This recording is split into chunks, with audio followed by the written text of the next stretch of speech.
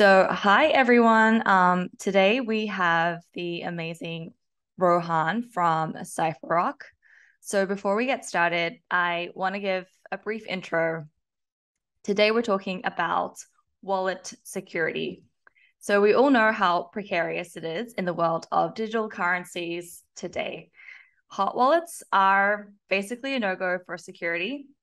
So we resort to cold wallets, but there's also the risk of losing your seed phrase and losing all your funds forever. It sounds dramatic, but it's a really pressing problem. So today we have Cypherock, the safest Web3 wallet. Based in India, there are hardware wallets making seed phrase backups a thing of the past.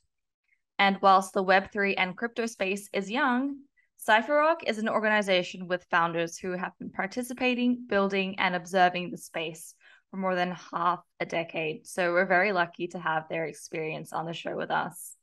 They're really early to the game in solving one of the biggest pain points in the space, i.e., the dangers of losing your seed phrase. So, yeah, let's get into it. Rohan, how are you really? I'm great, Kelly.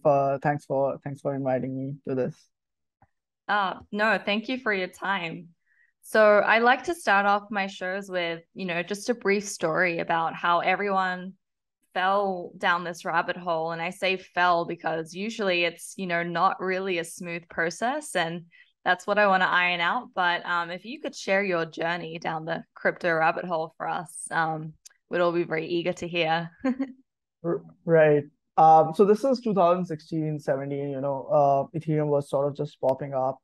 And for me, it was like the new sort of decentralization tech was something very interesting and never heard of before. And so this is 2017. I went to a hackathon. This is January. In fact, I clearly remember it the month as well. It's January 2017. We went to a hackathon. We said, we'll try to build something around Ethereum.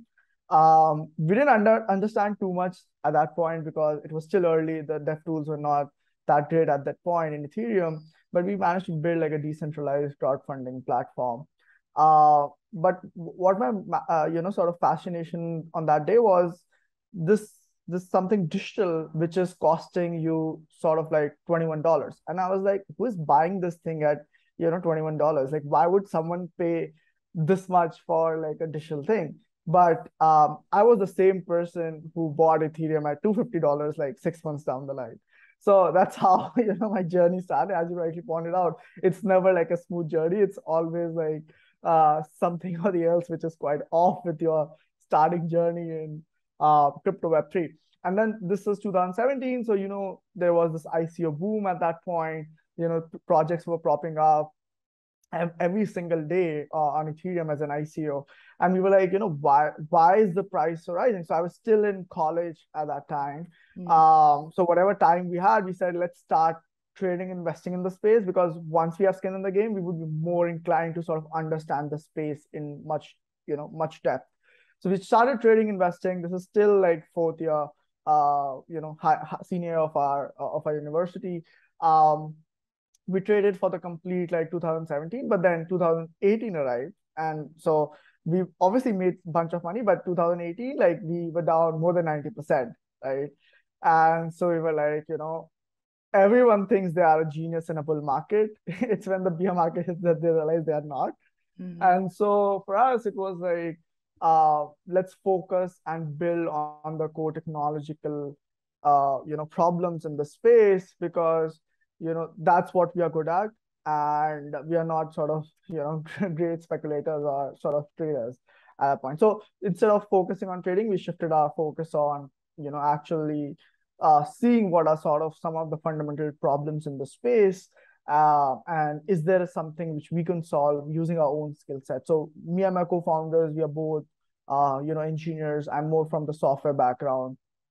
He was more from the hardware and security background. We used to go to different hackathons together, and we said, let's see what we can build in this space using our own unique skill set. And hardware wallets and generally self custody became very sort of interesting space for us, because what we realized at that point was the exchanges sort of have the and sort of even that is sort of the case even today, which is they have the most sort of mind share in the space. And if that sort of continues over a long period of time, what we feel is they'll have the same set of regulations that the banking industry has today. Um, and if that happens, then it will be sort of finance 2.0 all over again. And it's already started happening. I don't know if you saw, but SEC sort of stopped Coinbase for allowing them to, list assets by or allowing the users to get interest on top of the assets that are kept in the Coinbase exchange on behalf of the user. So things like these have already started popping up. And what we believe is eventually they'll have sort of the same regulations. And if that happens, it will be the finance 2.0 all over again. It will not be like the Web3 sort of finance 3.0 that we expect out of the space. And so what we found out was self-custody was a very differentiating factor between the Web2 and the Web3 space. And that's what we wanted to sort of scale up. And security became like sort of like the bedrock of how we wanted to do it, because once a user sees any sort of hacks on social media about crypto, it deters them from entering the space. It sort of induces fear into them that, okay, this space might not be mature. The space, is still sort of hackable, so I might stay away from it. So you want to have a security by default infrastructure in place for them to sort of consider this as a safe place to enter. And that's what how the idea of Cypherock was born for us. Totally. So there's a lot to unpack there. Firstly, it's amazing that you started in a really, I would say, the heydays of ETH in 2017. I mean, it's a dream to see a digital asset like ETH priced even at 250, you were saying. And Right. you went through 2018, you were down 90%, but you made that transition to building, which I think a lot of people are accentuating right now in this bear. Start Right. building, stop thinking about the floor price, stop thinking about how much money you're losing. Like, don't look at the markets. Building is really the way to go. And it's the only way that this space is going to get any better for everyone. So, I respect that a lot. And the fact that you actually saw a gap that needed to be filled within like the wider society. I mean, finance is a huge part of the, life, as much as we Right. hate to admit. For sure, like the fact that Web3 and self-custody can liberate people from the original banking system, I would say it's like a double-edged sword. It's a lot of it's the reason that a lot of people come in, and it's also the reason that people go out or stay out, because I think one of the things that Web2 central banks have over us right now is the fact that they have all these like security measures. And so they have built that trust. But yeah, Web3 today is full of hacks. I think I saw a crazy article with some crazy numbers about how much was really hacked this year. I want to find it. Web3 hacks. It's I'm an sure it's in insane billions. number. Yeah, I think the first 6 months of this year, Web3 projects have lost more than 2 billion to Wow. hacks and exploits. And obviously that's not a small number, but luckily we have people like you building to stop that from happening. So let's get into the tech and kind of what you're building right now. And maybe let's start it with, you finishing a sentence for me. So Web3 is human because da, da, da. Be- because I feel like Web3 is social. I mean, most of the people still think it's very technological. I mean, obviously it's there. That's why you have most of the early adopters being developers and engineers, sort of flocking to the space. But I think like the future sort of is driven by your community about the project, right? And how well is that sort of developing over time. And so that's why I feel it's a very social movement than like a technological movement over time. Yeah, for sure. There's the social layer and the philosophical drive behind the technologies is incredibly strong, and I think a lot of people miss that, to your point.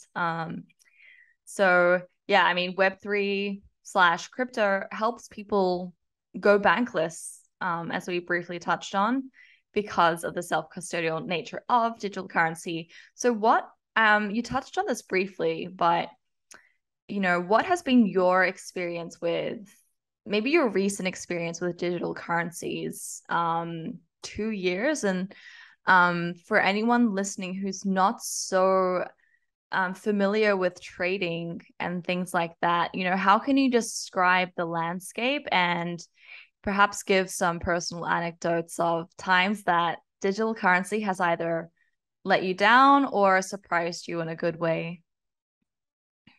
Yeah, in terms of so maybe we can sort of branch this out in two parts. The way it has sort of let me down is obviously I would have wanted to have more sort of thriving use cases which would have been decoupled from the market itself. But then when you think about digital assets, it's like everything revolves around having a financial instrument as its core. Let's assume that's sort of a token, that's sort of a NFT at the core of your project. And so I think like digital assets will always have this sort of market fluctuations, but I've still wanted, certain projects which would have sort of decoupled out from the market fluctuation that we have seen over the past 2 years. So I would have, that's the only downside I think, which I expected to be otherwise. In terms of the plus points, we can, sort of see the last 2 years on how things have actually sort of risen. So we have like, NFTs sort of exploding out of nowhere. I mean, NFTs, to be honest, is not a new concept, in the crypto space, but it actually saw a lot of traction in the past 2 years when, the big companies have started sort of embracing it. So Instagram being one, Robinhood being the other one, and a bunch of other companies who sort of have seen this as a way to create a wedge or more like a go-to-market strategy for them through NFTs. So this was something not there before, which I think is very interesting as a way as a sort of a blockchain use case in the matter. So that's something which I'm really bullish on even going forward. DeFi again is something which actually actually rose a lot last year. This year, obviously, things have not gotten that great. And I think that's partly due to the fact that crypto itself and the stock market itself hasn't been like a growing pace in this year. But yeah, I mean, even if you consider DeFi, like there are things which are being built around applying those financial primitives directly on NFT. So there are things popping up, things like NFT derivatives, and then you have fractionalization of NFT. So there's like a lot of mix and match between DeFi and the NFT ecosystem that I have been personally seeing, which is very interesting. Never have been sort of seen before. And those are sort of the things which are not actually possible in the TradeFi world, if you ask me. So, you can't have like this fractionalized ownership of the traditional arts. Like those are not the concepts which are very easy to execute if you consider like sort of the normal art collection. Well, that's not something which is possible today. And NFT sort of allows you to sort of micro create a market around anything that you offer today. So this is as an example. So I listened to this podcast called as My First Million, and what they did was they basically created an NFT around 1 hour of their airtime, so that people can sort of bid on like who's going to pay the most money to actually to be aired on MFM for like a 1 hour slot of 30 minutes. I don't remember the exact specific, but it was a very interesting way to sort of create a market around something which was, might be sold out for a fixed price before, but now you have created a dynamic market around it. So that's what's pretty interesting for me to see things which are very new conceptually, which were never done before. Yeah, totally. A lot of things that people say when I, talk about quote unquote NFTs or decentralized finance is that it's really difficult for people to comprehend the use cases of these tools or of the infrastructure behind like things like DeFi and NFTs.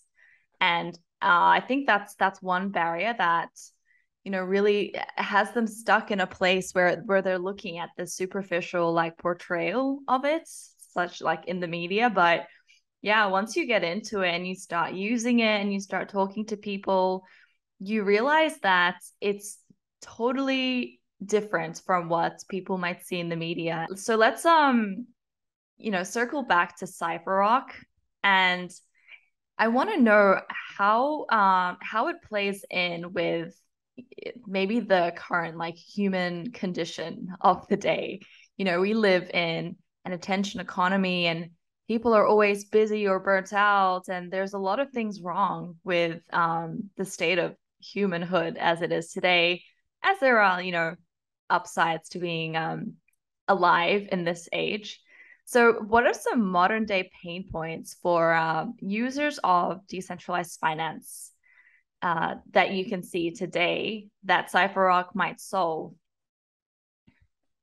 Right. So a lot of things comes down. I mean, so if you sort of branch this out in two parts, one is the project itself on how they are managing their own security.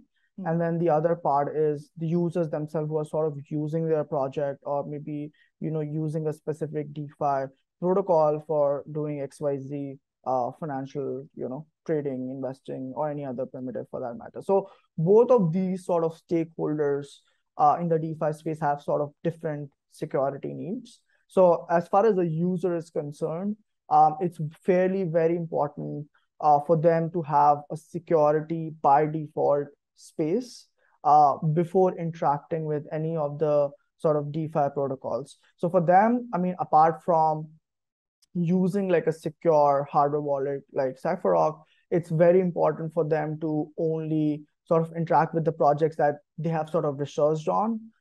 They should not interact with DeFi protocols which have just like hyped up themselves out of nowhere, and maybe their friends are putting money into it. That's not the right reasons to put your money into a specific DeFi protocol. That usually happens in the bull That's market, I would hilarious. say. Yeah. But yeah, that's not the correct framework to think about it, because the space is a lot of sort of knowledge gaps and the holes in understanding of a specific protocol. And so it's very important for you as a user to do your own research before sort of putting even a single dollar into like a DeFi protocol or something, right? Because not only you are going to suffer in your security aspects of things, but if you sort of put your money into the wrong DeFi protocol, they now have access to your digital assets, which they sort of control in some sense. It's not decentralized enough that you have sort of lost your money already in that sense, if you understand what I'm trying to say. So it's like it's very important for the users to do their own research. If it seems too good to be true, if it's offering like 1,000% APY, it's probably not that good, I guess. So that's from the perspective of the users, I would say. In terms of the DeFi protocols themselves, I mean, I don't know if you saw like two big hacks which happened. One is the wormhole hack. The second is the Ronin hack. Very, very big hacks. Ronin is sort of the bridge for the XC Infinity protocol. Their sort of validity nodes got hacked because their employees were sort of social engineered out of their private keys. And because the hackers were able to compromise the majority of the validity nodes, they were able to hack the bridge. So it's like consider this: they were able to hack $600 million by social engineering like the core dev team inside XA Infinity, which is obviously very strange to think about, but it's what I'm trying to say. It actually happens. And so even if you are like a DeFi project, like your security, or in technical terms, it's called as operational security, it should be top notch. And it should be considering all of the different factors which could lead to like these sorts of hacks. You just can't compromise, or you just can't go sort of a little bit off in the growth phase of a specific protocol, because you know how Axie was growing at one point, that they probably sort of lost track of the best possible security measure. This happened. It's very unfortunate, I would say, because it's the users who ultimately suffered because of it. But what I'm trying to say is things like these happen quite too often than we sort of realize. Even with Wormhole, the thing was they found a security bug. They were going to push it to production, the same sort of fix for that bug. And while it was going to be pushed to the production, the hacker realized, okay, it's still not pushed to the production, and hence they compromised. They sort of hacked Wormhole through that specific bug before the fix was done on the live protocol. Yeah, so things like these are very important. Again, it's not something of a rocket science, just pure or not perfect, but like pure good operational security that you have to sort of follow. That you should not expose the bug before it's actually pushed to production. So things like these are very, very important, which could cost millions, even a small mistake.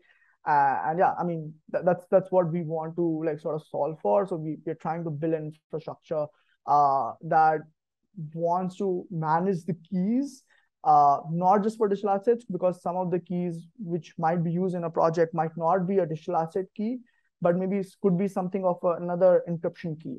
And so our aim eventually is to secure not just cryptocurrencies, but the complete digital assets. And digital assets, by I mean, is not just limited to cryptocurrencies, but also passwords. You have RSA private keys, your server root keys, things like that eventually.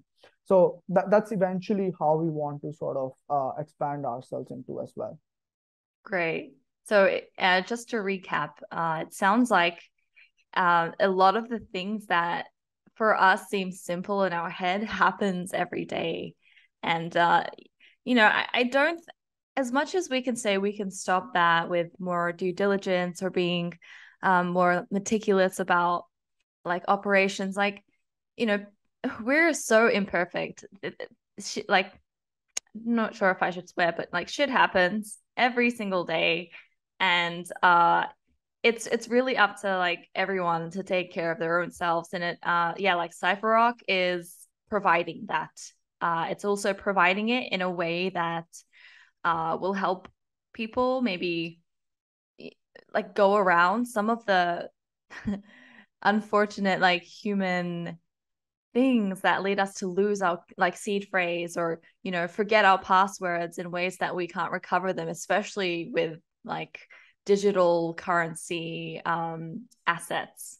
So yeah, I mean, thanks for sharing like your experience with DeFi and etc. So like tell me a little bit about how Cypherock X1 wallet works. So if you could break down kind of the process like we're 5-year-olds, and then tell us a little bit about why it's so much easier and secure than existing wallets like, Trezor or Ledger. Right. I mean, so we sort of saw this from first principles while we were sort of, this is 2018, we were trying to see what are the different problems. And we initially thought as users ourselves in the space that, the best of the hardware wallets today are not hackable. But then comes the Trezor news that Trezor is, was hacked in 2020. Trezor is sort of still hackable today unless you use a very strong passphrase. That's what is out there officially. It was done by the Kraken Security Labs. Ledger, on the other hand, which is also one of the the biggest wallets out there in the world today, they have sort of also been hacked 2 to 3 years ago. And so what we realized from first principles that no system in the world can be made 100% secure. It's just not practically possible.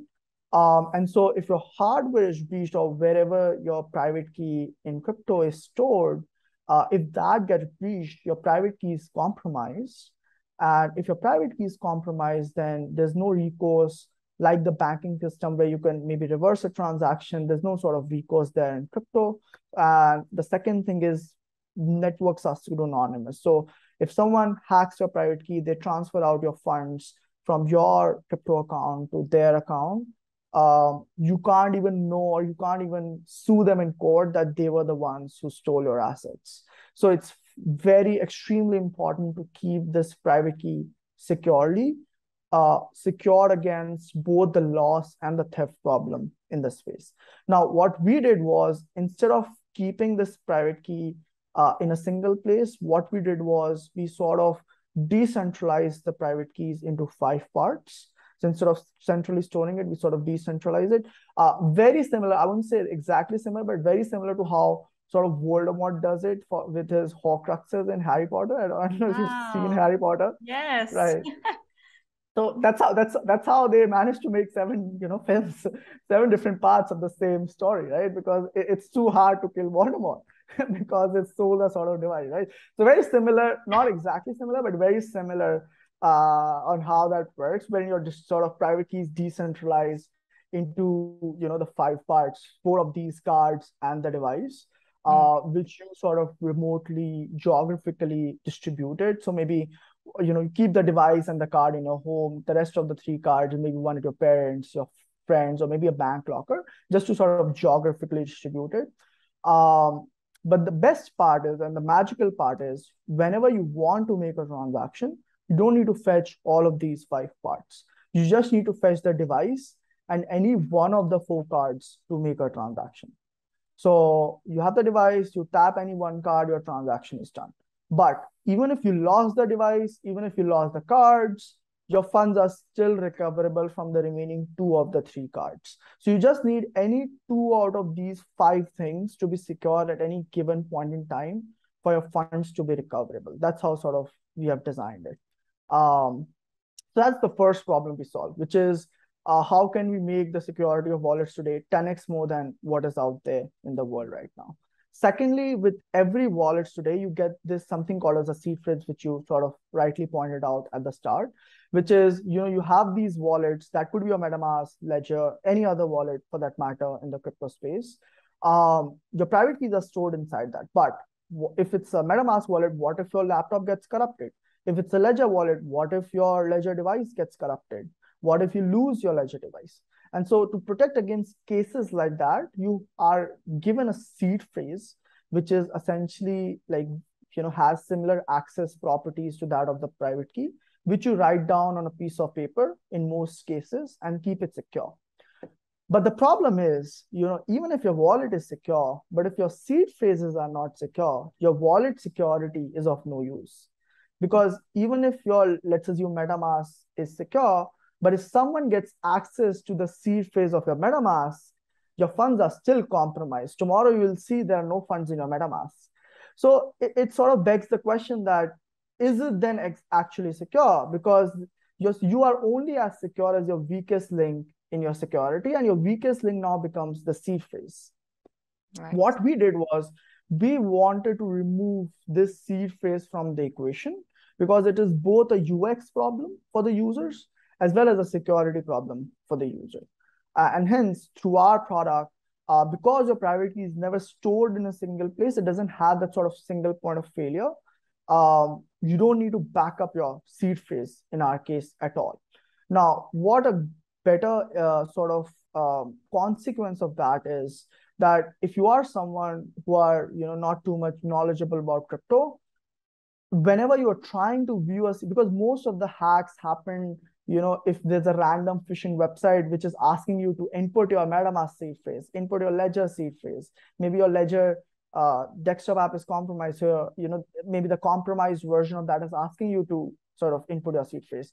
Now, because it's out there in the open, there's no sort of knowledge around how to protect them, or at least for a new person in the space, it is too much for them to digest. Because our infrastructure, your seed phrase is by default secure. So even if you want to view the seed phrase from a product, you enter the PIN and you'll be shown that saying, if you give the seed phrase to anyone, you assume that they have the permission to take out your funds. So only give them if you trust them with your money. So this is sort of the infrastructure you need, wherein you are secure by default. Even if a phishing website asks you for the seed phrase, this knowledge sort of the knowledge thing about the seed phrase is directly baked into the product so that you are protected by default, right? Yeah. In fact, one of the incidents which happened in Australia was this person possibly lost fund due to a seed phrase hack. But then what happened is he blamed Ledger for that because he thought his ledger was hacked. But again, there's no way to define whether the funds were hacked through the ledger or whether funds were hacked through a seed phrase. In most likely scenario, it was hacked through his exposed seed phrase. But a normal customer won't be able to, understand this logic, right? He'll always blame the wallet provider that it was their mistake that the funds were hacked and it was their mistake that was not secure. So you have to bake that into the experience itself that they are not in a position to, sort of damage your brand, because this sort of damages your brand also in the long term, even if it's not your fault, but they'll always blame you for that. So because in our case, your seed phrase is never exposed, you don't get sort of those phishing attacks, or it sort of removes that layer of giving away your seed phrase to random people at all. Like that becomes zero. Wow. Lastly, what we want to also enable is solve crypto inheritance. So, if you today, God forbid, if I die tomorrow, my funds in my MetaMask or in any other wallet will get stuck because obviously I cannot give my private keys while I am alive to someone, because hypothetically, what if our relationship changes and they sort of run away with the funds? That could be my lawyer, that could be someone else. As I said, there's no way to prove that they are the ones who stole the assets because it's all a pseudonymous network. And so for obvious reasons, and I cannot give my private keys while I'm alive. And again, for obvious reasons, I cannot give my private keys after I'm dead because I'm already dead. So how do you transfer these keys? When do you transfer it? And how do you make sure that the privacy and the control of the assets are maintained throughout? So very, very fundamental problem. And so we will be sort of able to solve this problem wherein we'll help you, the user, transfer your assets from you to a loved one in case something bad happens to you, without us ever in a position to know how much funds you hold. So we'll never know that.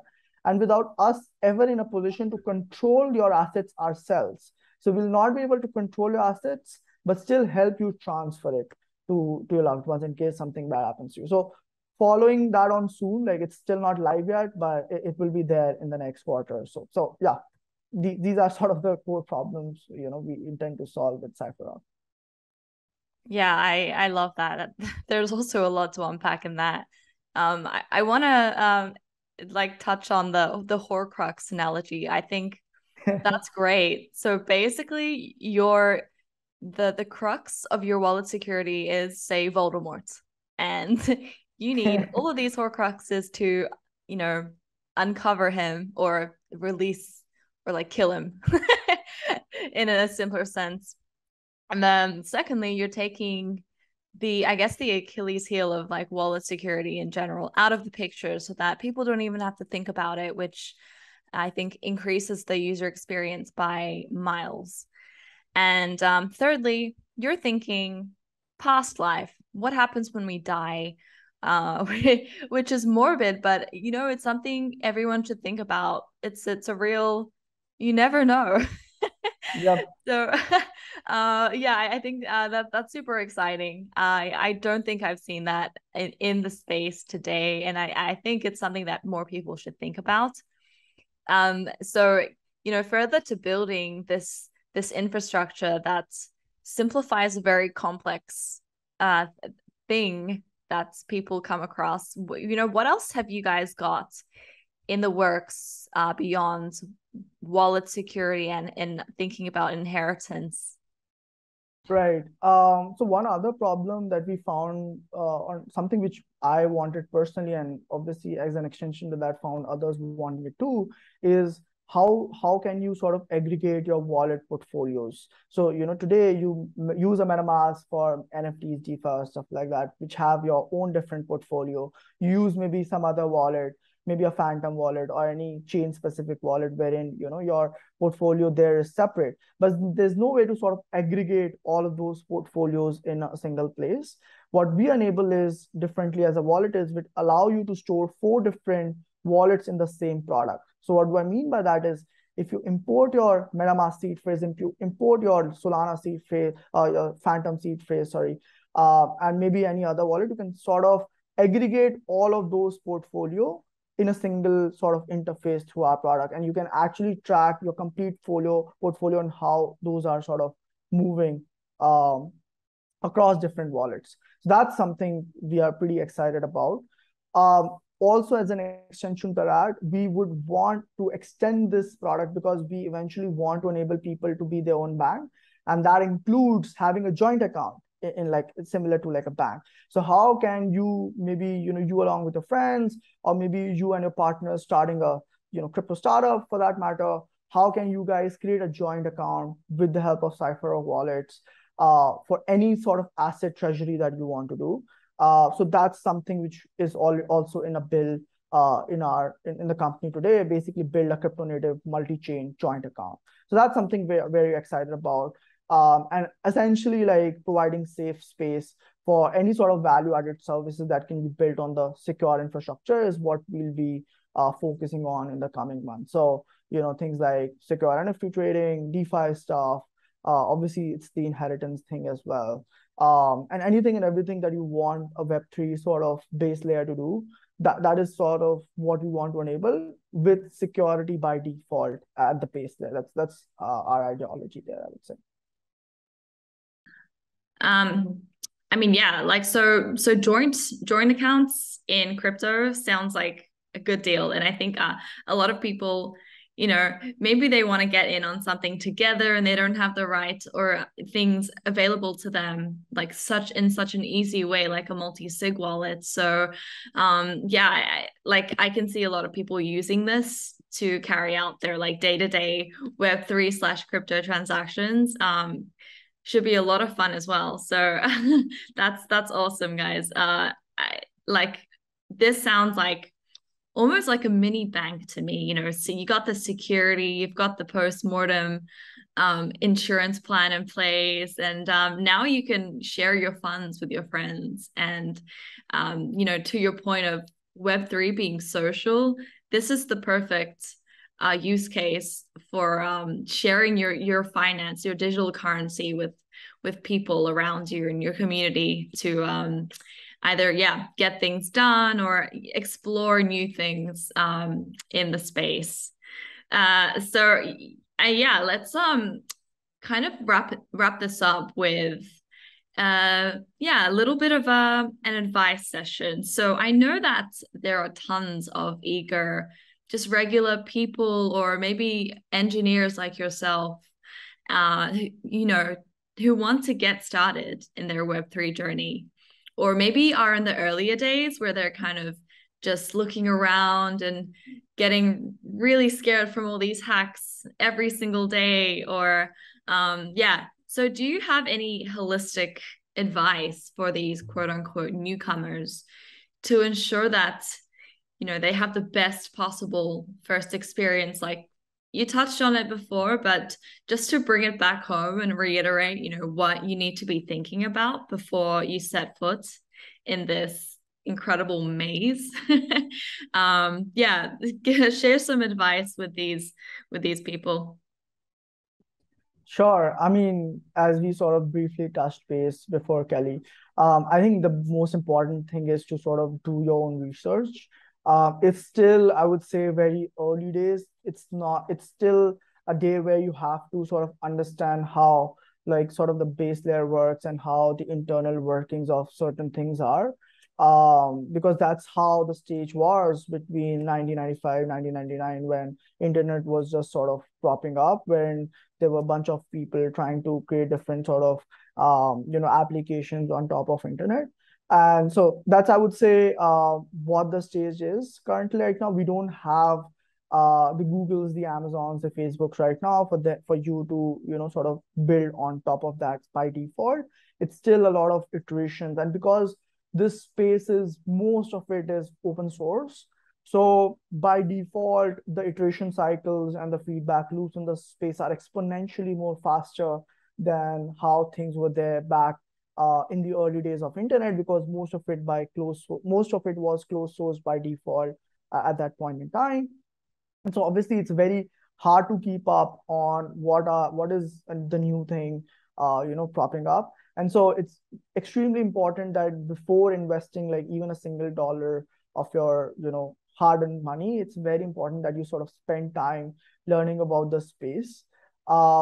Ideally, like if you are not a dev, if you are a dev, obviously you should sort of look at the core workings of a specific protocol, how Bitcoin works, how Ethereum works, what are the underpinning technological advancements that made over the past technology, which made it sort of possible.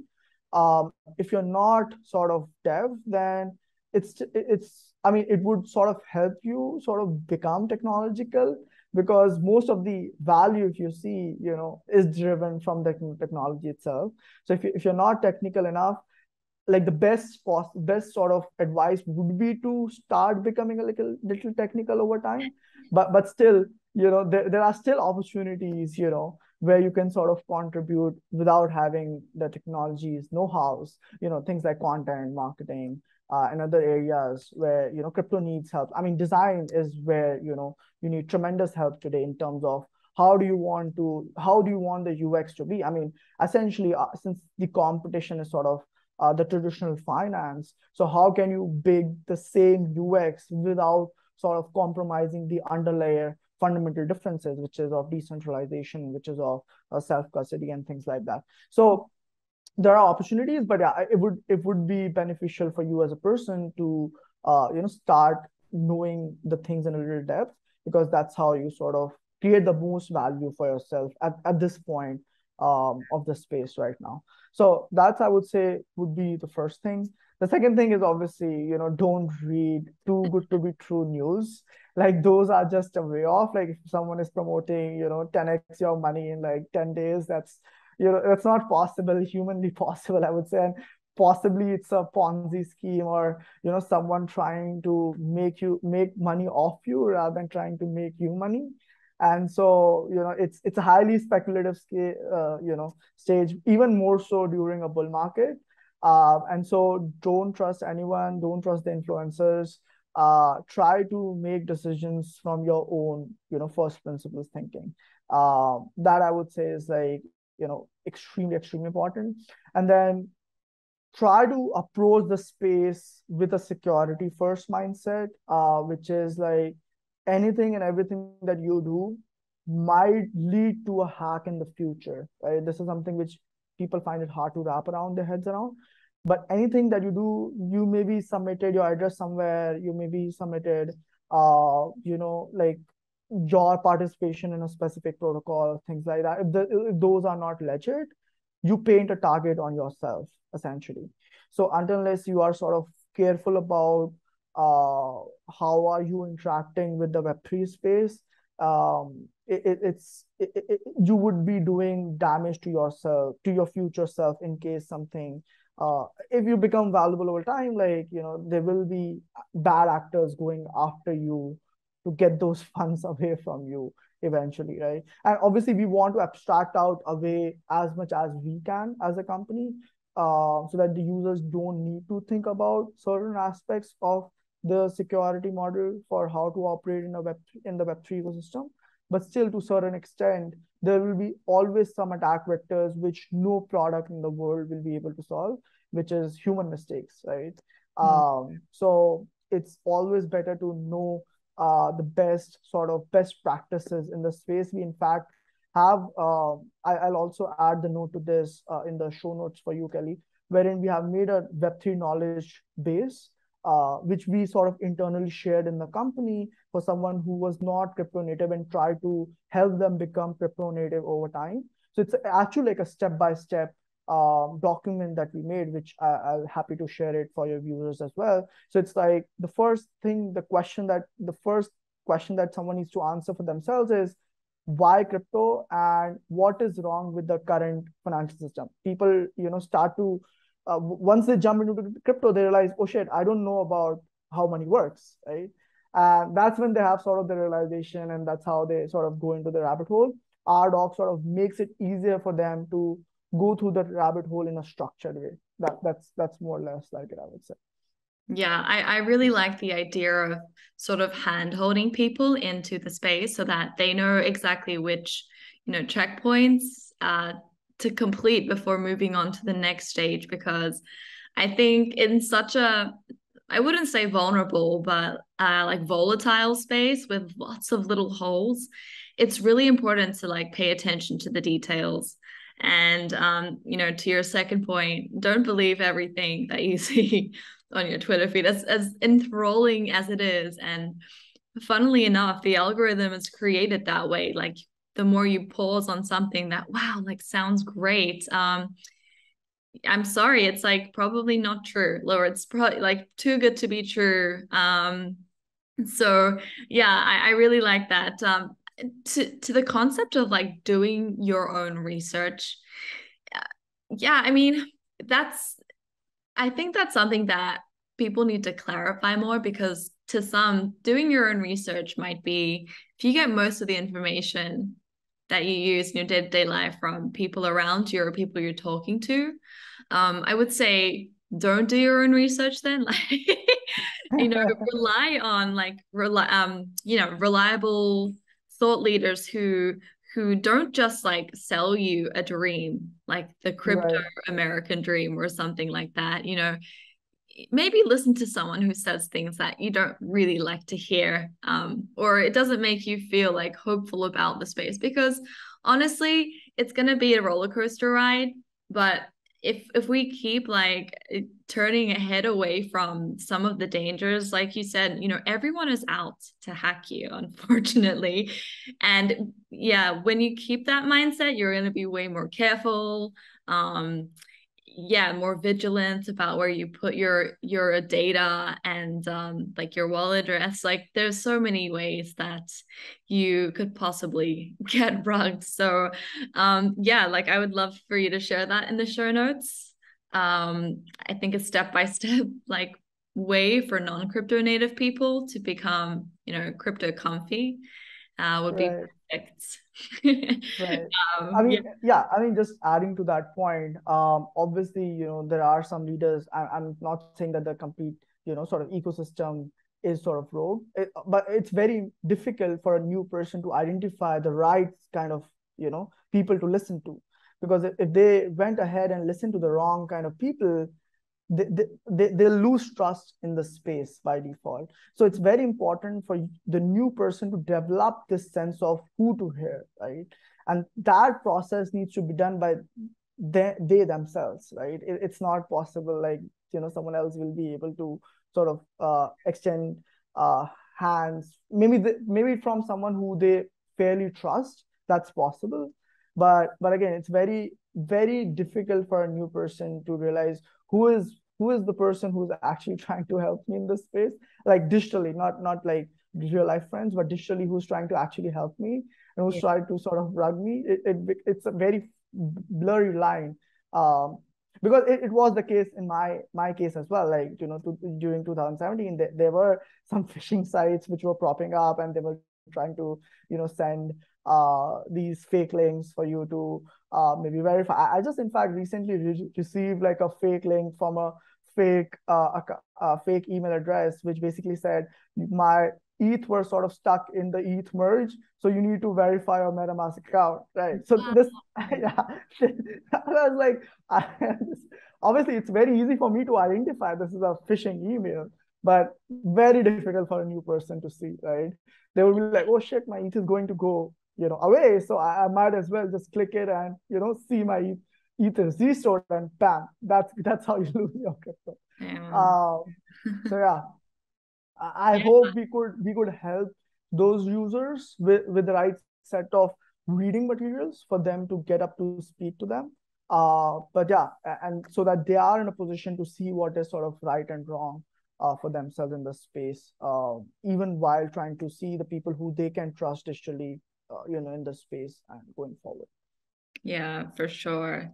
That phishing email sounds like, actually, if I was new, I would be very scared, because Yep.